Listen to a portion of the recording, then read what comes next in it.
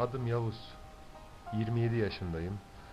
Gündüzleri ilahi düzende figüranlık, geceleri evde kendi imkanlarımla şeyh yapmaya çalışıyorum.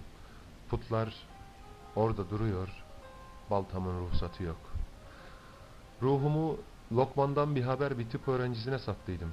Eski bir hikaye, taze bir yara. Alternatif bir tıp olmadığını o zamanlar anlamadıydım.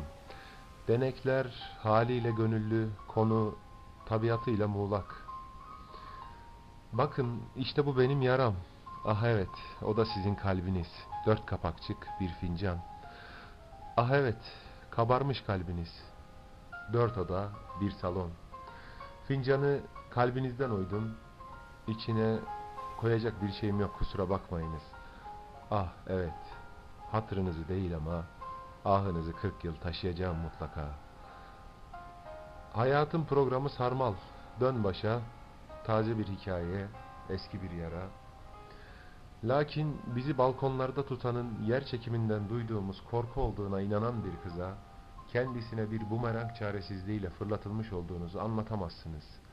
Zaten ben de anlatamadıydım. Ruhumun bir satını oraya bıraktıydım, hattı bulamayınca.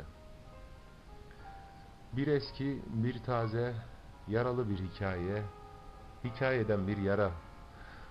Adım Yavuz, 27 yaşındayım.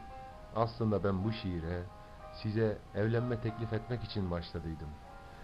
Fincanınızı kalbimden oyayım, içine bir yüzük koyayım.